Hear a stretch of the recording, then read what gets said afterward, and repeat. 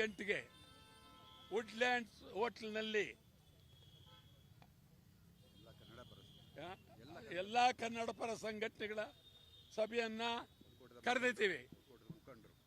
ಎಲ್ಲ ಮುಖಂಡರುಗಳನ್ನ ಬರಬೇಕು ಅಂತೇಳಿ ಈ ಮೂಲಕ ಕಳಕಳಿಯಿಂದ ಮನವಿ ಮಾಡ್ತಾ ಇದ್ದೇನೆ. ಮತ್ತು ಅಖಂಡ ಕರ್ನಾಟಕ ಬಂದು ಗ್ಯಾರಂಟಿ ಬಂದ್ ಮಾಡೇ ಮಾಡ್ತೀವಿ. ಬಂದ್ ಆಗಲೇಬೇಕು. ಬಂದ್ ಮಾಡೇ ಮಾಡ್ತೀವಿ. ಹೇಳ್ತೀವಿ ನಾಳಿದ್ದು ಸಭೆಯಲ್ಲಿ ಚರ್ಚೆ ಆಗುತ್ತೆ. ನಾಳಿದ್ದು ಹೇಳ್ಬಿಡ್ತೀವಿ. ಬಂದ್ ಹಾಗೆ ಆಗುತ್ತೆ. ನಾಳಿದ್ದು 11 ಗಂಟೆಗೆ ವುಡ್ಲ್ಯಾಂಡ್ಸ್ ಹೋಟೆಲ್ನಲ್ಲಿ ಸಭೆ. ಅಲ್ಲಿ ನಾವೆಲ್ಲರೂ ಸೇರ್ತೀವಿ.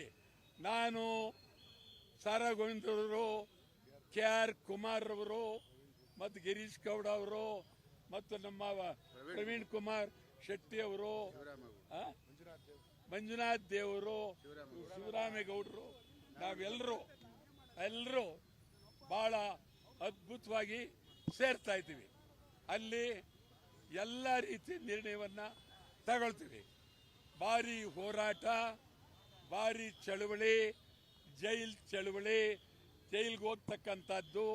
ಅಖಂಡ ಕರ್ನಾಟಕ ಬಂದ್ ಇಡೀ ಕರ್ನಾಟಕದ ಉದ್ದಗಲಕ್ಕೂ, ಬೆಳಗಾವಿಯಿಂದ ಚಾಮರಾಜನಗರದವರೆಗೆ, ಮಂಗಳೂರಿನಿಂದ ಕೋಲಾರದವರೆಗೆ ಅಖಂಡ ಕರ್ನಾಟಕ ಬಂದ್ ಮಾಡೋದಕ್ಕೆ ತೀರ್ಮಾನ ತಗೊಳ್ತೀವಿ. ರಾಜ್ಯದ ಜನ ರೆಡಿಯಾಗಿರಬೇಕು.